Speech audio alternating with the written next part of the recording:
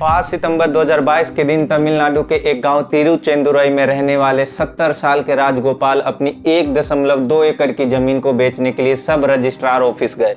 जमीन बेचने के पीछे का कारण था उस कर्ज को चुकाना जो राजगोपाल ने अपनी बेटी की शादी करने के लिए अपने ही एक पड़ोसी से लिया था। राजगोपाल अपनी जमीन से जुड़े कागज को तैयार कर ही रहे थे, तभी अचानक रजिस्ट्रार ऑफिसर ने उन्हें बताया कि ये जमीन उनकी नहीं बल्कि तमिलनाडु वक्फ बोर्ड की है और अगर उन्हें ये जमीन बेचनी है तो उन्हें एक एनओसी लाना होगा वक्फ बोर्ड से। ये बात सुनते ही कि जिस जमीन पर वो इतने समय से रह रहे थे वो उनकी है ही नहीं, राजगोपाल को कुछ समय के लिए कुछ समझ ही नहीं आया कि ये आखिर उनके साथ हुआ क्या। बाद में उन्हें पता चला कि सिर्फ उनकी ही जमीन नहीं बल्कि पूरा तिरुचेंदुरई गांव का मालिक ही वक्फ बोर्ड है। इस खबर ने पूरे गांव में हड़कंप सा मचा दिया। एकाएक ये सवाल खड़ा हो उठा कि जिस जमीन पे वो इतने सालों से रह रहे थे वो अचानक वक्फ बोर्ड का कैसे हो गया। इन सब में सबसे चौंकाने वाली बात तो ये थी कि उस गांव में स्थित 1500 साल पुराना चंद्रशेखर स्वामी मंदिर का मालिक भी वक्फ बोर्ड ही है।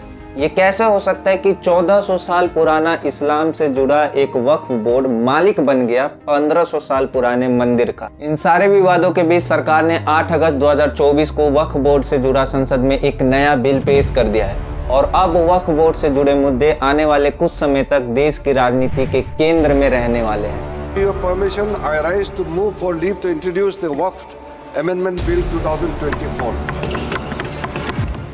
इसलिए हमारे लिए ज़रूरी हो जाता है कि हम इस विषय को गहराई से समझें। हम जानेंगे कि आखिर वक्फ बोर्ड का इतिहास क्या है, इससे जुड़े विवाद क्या है और हाल ही में सरकार द्वारा पेश किए गए इस नए बिल में क्या क्या अच्छाइयाँ हैं और क्या क्या खामियाँ हैं। साथ ही हम इस सवाल का भी जवाब तलाशेंगे कि क्या वाकई वक्फ बोर्ड का इस देश में होना जरूरी है या नहीं। देश को बांटने का काम कर रहे हैं, जोड़ने का काम नहीं।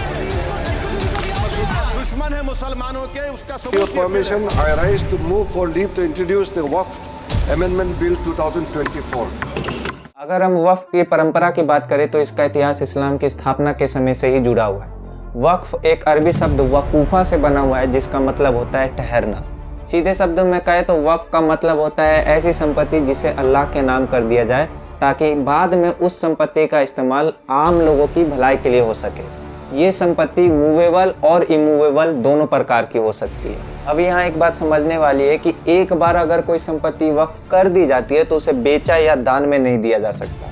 इसलिए वक्फ बोर्ड की एक फेमस लाइन है, once a waqf always a waqf. वक्फ देने वाले व्यक्ति को वाकिफ कहा जाता है और उस वक्फ की गई संपत्ति को मुसरुत उल खिदमत कहा जाता है। इन्हीं वक्फ संपत्तियों की देखरेख और उसके उचित इस्तेमाल की जिम्मेदारी होती है वक्फ बोर्ड पर। अब अगर हम इसके इतिहास पर जाए तो एक बड़ा दिलचस्प तथ्य सामने निकल कर आता है।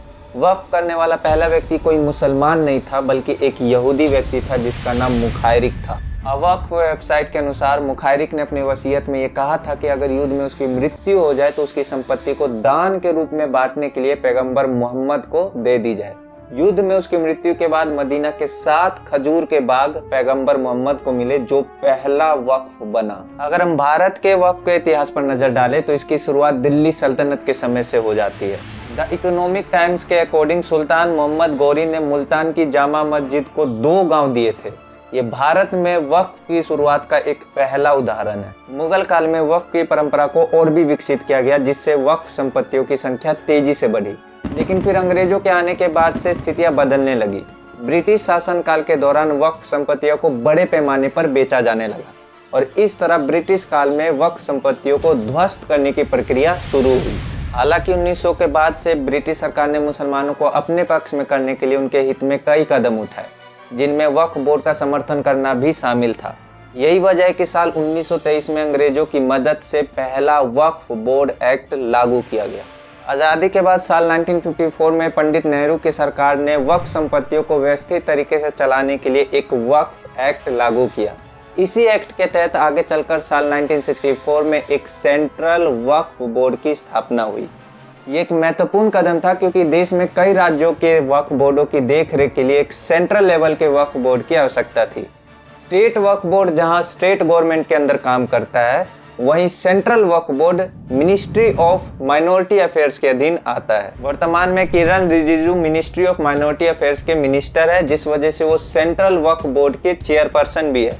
और यही कारण है कि 2024 का वक्फ बोर्ड बिल संसद में उन्होंने ही पेश किया। ये दिखाता है कि वक्फ बोर्ड न केवल धार्मिक महत्व रखता है बल्कि इसका राजनीतिक और कानूनी पहलू भी काफ़ी महत्वपूर्ण है। अब अगर हम भारत में वक्फ से जुड़े विवादों की चर्चा करें तो वक्फ एक्ट 1995 एक बड़ा टर्निंग पॉइंट था। कई लोग इस एक्ट को वक्फ बोर्ड को ताकतवर बनाने का एक प्रमुख कारण मानते हैं। इस एक्ट में सबसे ज़्यादा सवाल उठाए जाते हैं वक्फ ट्रिब्यूनल कोर्ट पर। तो आखिर वक्फ ट्रिब्यूनल कोर्ट से जुड़ा मसला क्या है, आइए समझते हैं। 1995 के वक्फ एक्ट के सेक्शन 3 के अनुसार अगर वक्फ बोर्ड किसी जमीन पर अपना दावा करता है कि वो जमीन उनकी है तो उस जमीन से जुड़े मालिक को सीधे कोर्ट में जाने का कोई अधिकार नहीं है।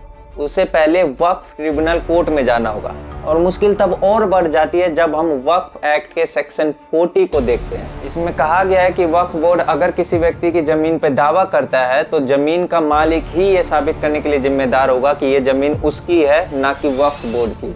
अब जरा सोचिए, अगर वक्फ बोर्ड एक बार दावा कर दे कि वो जमीन उनकी है तो साबित करने की पूरी जिम्मेदारी उस व्यक्ति पर आ जाती है जिसके पास वो जमीन पहले से ही थी।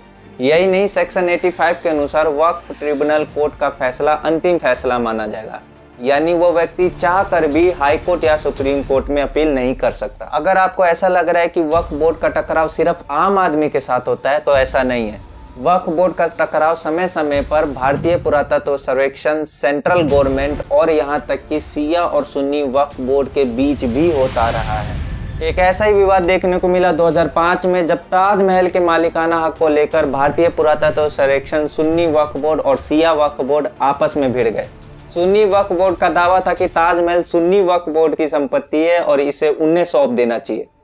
तो वो बेसिकली सुन्नी वक्फ बोर्ड के अंडर में आता है, जो कि ताजमहल में मस्जिद भी ऑलरेडी बनी है कि इसको सुन्नी वक्फ बोर्ड की प्रॉपर्टी माना जाए, वहाँ पे दर्ज किया जाए और 5 वक्त नमाज पढ़ने की वहाँ पे इजाज़त दी जाए। इस दावे को चुनौती दी भारतीय पुरातत्व सर्वेक्षण ने सुप्रीम कोर्ट में। इस मामले में सुप्रीम कोर्ट के चीफ जस्टिस ने सुन्नी वक्फ बोर्ड से पूछा कि क्या उनके पास शाहजहां का कोई लिखित दस्तावेज है जो ताजमहल को वक्फ घोषित करता हो।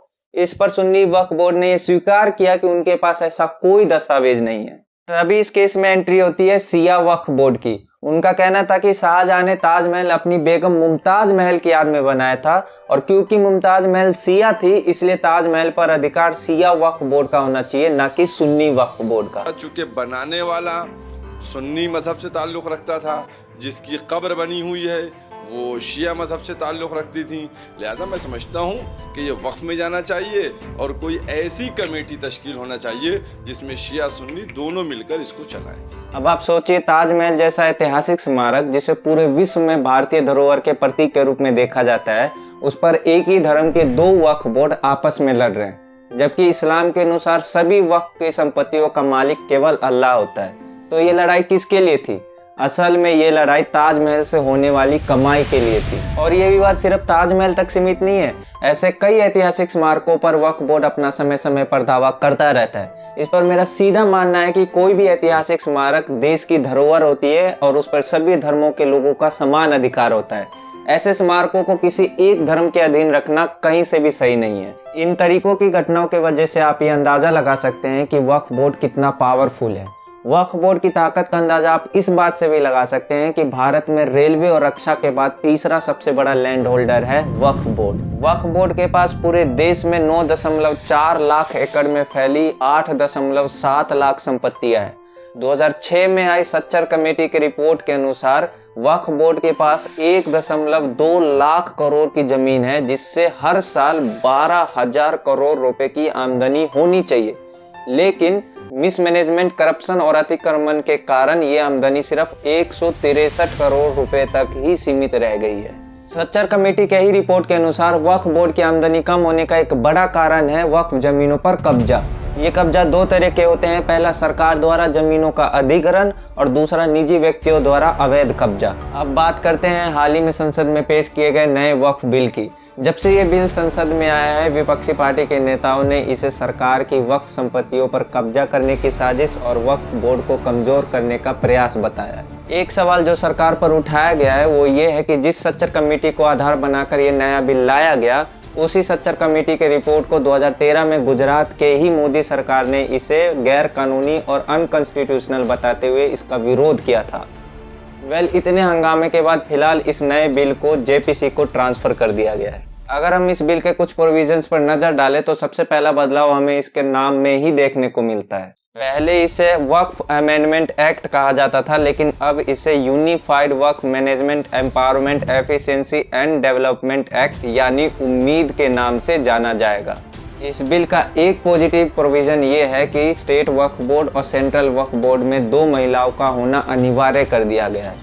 इसके अलावा रिकॉर्ड्स को अधिक से अधिक डिजिटलाइज करने का भी प्रोविजन है, जिससे ट्रांसपेरेंसी बढ़ सके। लेकिन इस बिल में सबसे बड़ा बदलाव ये है कि इसमें सरकार को और अधिक ताकतवर बना दिया गया है। नए सेक्शन 3C1 के अनुसार कोई भी सरकारी जमीन वक्फ संपत्ति नहीं मानी जाएगी और सेक्शन 3C2 के अनुसार सरकार को ये निर्णय लेने का अधिकार होगा कि वक्फ के रूप में दी गई संपत्ति सरकारी भूमि है या नहीं।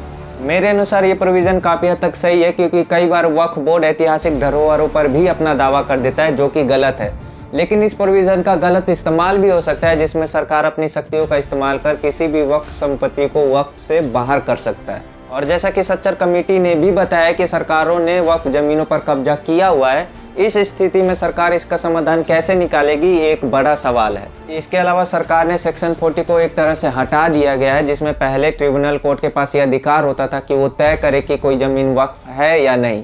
अब डिस्प्यूट होने की स्थिति में यह अधिकार कलेक्टर को दे दिया गया है। साथ ही सेक्शन ने ट्रिब्यूनल कोर्ट के अंतिम फैसले की शक्ति को खत्म करते हुए कानूनी अदालतों को अधिकार दे दिया गया है हस्तक्षेप करने का। मेरे अनुसार ये फैसला बिल्कुल सही है, क्योंकि पहले व्यक्ति जो जमीन का मालिक होता था उसे ही ये साबित करना पड़ता था कि ये जमीन उसकी कैसे है, और साथ ही पहले ट्रिब्यूनल के फैसले को अंतिम माना जाता था, जिस कारण से वो व्यक्ति चाह कर भी हाई कोर्ट या सुप्रीम कोर्ट में उसे चैलेंज भी नहीं कर सकता था। एक और बड़ा बदलाव ये है कि गैर मुसलमानों को वक्फ बोर्ड के सदस्य के रूप में चुना जाना अनिवार्य है। यहाँ पर गैर मुसलमानों को सदस्य के रूप में शामिल करना समस्या नहीं है, पर यहाँ सवाल ये उठता है कि ऐसे कई हिंदू मंदिर ट्रस्ट है जिसमें ये साफ नियम है कि इस ट्रस्ट का सदस्य कोई हिंदू ही होगा। क्या इसमें कोई बड़ा बदलाव हो सकता है? कुल मिलाकर ये बिल सरकार को और भी ताकतवर बनाता है। और रही बात बिल के पॉजिटिव इम्पैक्ट की, तो ऐसे वक्फ एक्ट पहले भी आ चुके हैं, पहले भी स्थितियाँ खराब थी और आज भी स्थिति खराब है। और हाँ, अगर आपको राजनीति में मिलने वाली सुविधाओं और सैलरी के बारे में जानना है तो आप यहाँ पर क्लिक करके हमारी इंडियाज़ बेस्ट जॉब वाली वीडियो देख सकते हैं।